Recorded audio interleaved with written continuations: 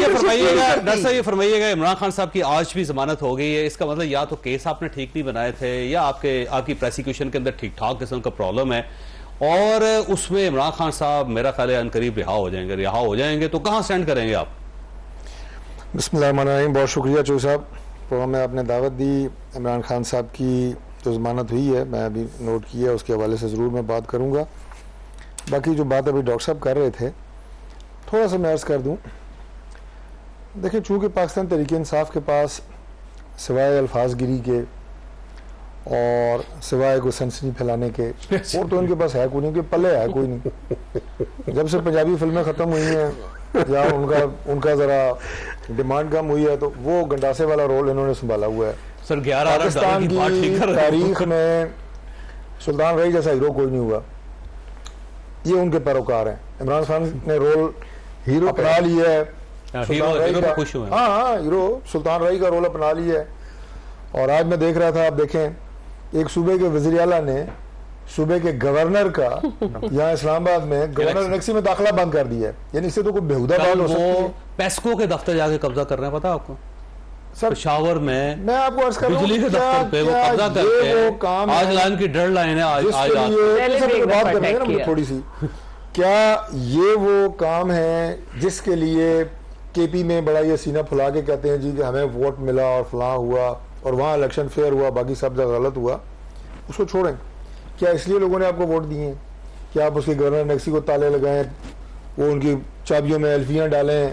इनका ताल्लुक शाले साहब, ये जो आज बिलावल भुट्टो साहब ने कहा कि जी एक तो हम मुज़ाकरात के लिए तैयार हैं, सियासतदानों के साथ इनको मुज़ाकरात करने चाहिए, साथ ही टाँट कर दिया कि ये एस्टैब्लिशमेंट के पाँव पड़े हुए हैं। मुझे कोई पॉलिसी समझ नहीं आई, हम मुज़ाकरात करना चाहते हैं या नहीं करना चाहते हैं, या टाँट क्यों कर रहे हैं इनको? देखिए, हम हमेशा मुज़ाकरात के हामी हैं और हम समझते ही नहीं कि वो सियासतदान है जो डायलॉग पे यकीन ना रखता हो।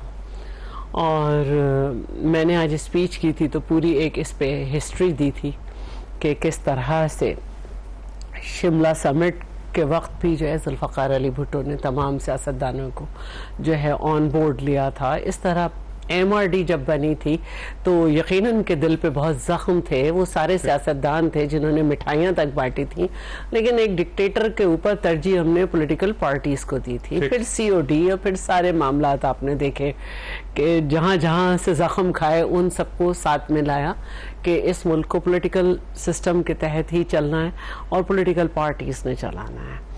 तो जब जरदारी साहब प्रेसिडेंट पाकिस्तान की स्पीच हुई, उस दिन से लेकर आज तक बहुत जल्दी थी PTI को कि इस स्पीच पे बात की जाए, लेकिन किसी ने भी स्पीच पे बात नहीं की। और अगर कोई बात की तो वही पुराने जो एक घटिया इल्ज़ामात, कोई 10%, कोई कोच, और जो एक रोड मैप दिया गया है उसकी आप उस पर गलतियाँ निकालें, उस पर आप तनकीद करें, आप उसकी इम्प्लीमेंटेशन को चैलेंज करें कि जो उन्होंने बात की है ये नहीं हो सकता।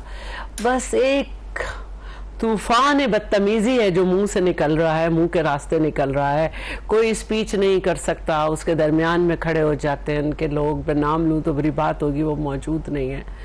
तो फिर जाहिर है कि जवाब आना है। और जिस तरह से जो है लेकिन जो बिलावल साहब की तकरीर थी वो बड़ी सख्त थी, और मेरा ख्याल को उनको इतनी रेड लाइंस क्रॉस करनी चाहिए कि जब वो करेंगे तो दूसरे भी बोलेंगे, जी, उन्होंने जवाब में ही ये किया है। जिस तरह की मैंने आपसे कहा कि जिस तरह की तकरीर हो रही है असेंबली में, उसका जवाब बनता है। और हम ये बार बार कह रहे हैं कि रिकंसिलिएशन जो है, जिसको कभी आप कहते थे कि नून लीग और पीपल्स पार्टी के दरमियान इसलिए कि बारियां हैं, तो हम उन्हें यही समझा रहे हैं कि हमने मोहतरमा की शहादत के बाद सिंपल मेजॉरिटी थी, लेकिन MKM से भी हाथ मिला है। ठीक, सही। अच्छा, मकसद जो है वो ये है कि पार्लियामेंट को ताला ना लगे और पार्लियामेंट चलती रहे। आपका ख्याल है कि इम्कान है इसका?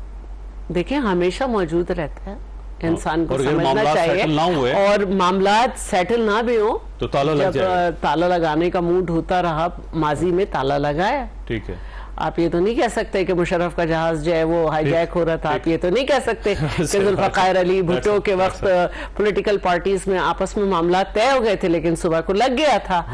तो ये सारी चीज़ें जो हैं ये बड़ी संजीदा हैं और हमें इस वक्त को समझना होगा। और यही प्रेसिडेंट साहब ने अपनी स्पीच में कहा है कि हमारे पास वक्त बहुत कम है। जो हमारे फाइनेंशियल सूरत हाल है मुल्क की, इस वक्त तमाम कंट्रीज, फ्रेंड्स कंट्रीज भी फिर से मुतवज्जो हो चुके हैं, ठीक है, और दूसरे कंट्रीज भी देख रहे हैं। अगर हमने इस वक्त फायदा उठाकर डिलीवर नहीं किया तो फिर तो कुछ भी नहीं रहेगा। सही बात, लोगों ने फिर जमहूरियत को चाटना है जी, जब वो डिलीवर नहीं कर सकेगी और उसके अंदर लड़ाइयां चलती रहेंगी। अब डॉक्टर साहब ये फरमाइए सर, ये क्यों आप टेम्परेचर इतना ज्यादा हाई कर देते हैं कि अब ना ईवान चल रहा है ना बाहर कुछ मामला चलते हुए नजर आ रहे हैं, तो आप टेम्परेचर को डाउन करें डॉक्टर साहब, क्यों लड़ रहे हैं? बिस्मिल्लाहिर्रहमानिर्रहीम, इय्याका नाबुदु व इय्याका नस्तईन। वो क्या है कि कहते हैं कि कहता हूं सच के झूठ की आदत नहीं मुझे। देखिए इस तरह है कि अभी शैला साहबा ने टच किया, ज़रा हिस्ट्री को टच किया, तो ये समहाउ ये लोग 1973 से पहले नहीं जाते, वहां से ये स्टार्ट करते हैं। ठीक है, हालांकि जरा से उससे पीछे चले जाए तो पता चल जाएगा कि 58 पे चले जाए, नहीं 58 पे चले जाए, 71 पे आ जाए कि जो एक्चुअल जो कौन जीता था और फॉर्म 47 का पहले लीडर कौन था, पहली गवर्नमेंट कौन थी फॉर्म 47 की, तो आपको सारी हिस्ट्री पता चल जाएगी। बाकी उससे ज्यादा कहने की जरूरत नहीं है, ठीक है। अच्छा, मजे की बात यह है कि हम लोग आज यहां पे बैठे हुए और हम रो रहे हैं कि पाकिस्तान में इकॉनमी जो है तबाह हो गई है। 11 बिलियन डॉलर्स का मसला है पाकिस्तान का। इसका मतलब यह है कि 2 IMF की ट्रांचेस हैं, ठीक है, जो दुबई में पड़ी हुई, जो दुबई में पड़ी है। किन की हैं? किन की हैं वैसे? इन्हीं की हैं। देखिए आप ले लें, नहीं सारे हैं ना, सारे, लेकिन मैं रफली बताता हूं। कॉमननेस देखा ना, विकी लीक्स हो, पनामा लीक्स हो, पेंडोरा लीक्स हो और ये वाली लीक्स हो, दुबई लीक्स हो, ये लोग जरूर लीक होते हैं, इनको थोड़ा सा इलाज कराना चाहिए, ठीक है। मजे की बात यह है कि सवाल ये पूछता हूं, अच्छा अब उसकी जस्टिफिकेशन क्या है कि ये जी हमारे बाप दादा ने हमें गिफ्ट दी थी। अब मैं एक सवाल पूछता हूं, आपसे पूछता हूं सवाल, अगर फर्ज करें मैं चोरी करूं और चोरी करके वो पैसा मैं अपने बेटे के नाम ट्रांसफर कर दूं, क्या वो जायज हो जाएगा? पैसा नहीं होगा ना। तो आप बेटे से पूछोगे कि भाई तुमने कैसे कमाया, वो कहेगा मेरे बाप ने दिया। तो भाई पूछो तुम्हारे बाप ने कहां से कमाया, फिर उसके बाद बताओ। आप इन चीजों से पूछो। अल्हम्दुलिल्लाह ये प्रॉपर्टी हमारी है, भाई अल्हम्दुलिल्लाह तुम्हारी है, बताओ तो सही है अल्हम्दुलिल्लाह आया कहां से, हम भी कुछ अल्हम्दुलिल्लाह करें। हमारे तो यहां पे इसे देखिए, आपके पास गवर्नमेंट थी, आप उसको कर लेते नहीं। देखिए ना, हमारे पास तो गवर्नमेंट थी, हम लोगों ने तो एंड में हुआ था ये सारा कुछ हुआ। उससे पहले से था ना दुबई आज तो नहीं बना ना। देखिए ऐसे लगता है जैसे ये 8 फरवरी के बाद बना दुबई। मुझे एक बात बताएं, ये क्या मजाक है? इस मुल्क के साथ क्या मजाक है? और आज से नहीं हो रहा, ये आज से नहीं हो रहा। ये जो लीक्स हुए ये आज की बात नहीं है। अच्छा ये लीक्स कर कौन रही है? ये 2022 का डाटा है बेसिकली। ये नहीं 2022 का data, compiled data, but that doesn't mean कि ये 2022 में हुआ था, ये हुआ बहुत पुराना होता आ रहा है। तो सर आपकी गवर्नमेंट थी, आप कर लेते ना। मैं सर दोबारा ये कह रहा हूं, देखिए मुझे उसको छोड़े, हमारी गवर्नमेंट थी, हम तो थे ही निकम्मे ना, उनको छोड़ दे। रीमा खान साहबा का भी आप देखिए ना, सबका नाम है, सबका नाम, जिन जिन का नाम आता है सबको पकड़ो, जिन जिन का नाम आता है उनसे जस्टिफिकेशन लो। मैं हो सकता है मेरे नाम की कोई प्रॉपर्टी हो, आपके नाम की प्रॉपर्टी हो, आप बताओ कि यार ये मैंने पैसा ट्रांसफर किया था, ये इसके ऊपर मैंने पाकिस्तान में टैक्स दिया, ये मेरे पास अकाउंट था, वो कर लो। पार्लियामेंट में एक कानून पास करना पड़ेगा, ठीक है, और कानून पास करने के लिए आपको इन दोनों के साथ बैठना पड़ेगा। अगर आप साथ नहीं बैठेंगे, कानून नहीं बनेगा, रुकेगा नहीं। चॉइस साहब, मेरी नजर में, विद ड्यू रिस्पेक्ट, मेरी नजर में अगर 2 ऐसे जमाते हो कि जो जिन लोगों ने 1980s ऑनवर्ड सिवाय लूट मार के कुछ ना किया,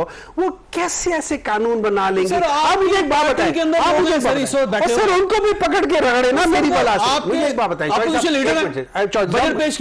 चॉइस साहब मेरी बात सुने, चॉइस साहब मेरी बात सुने, आप मुझे एक बात बताएं कि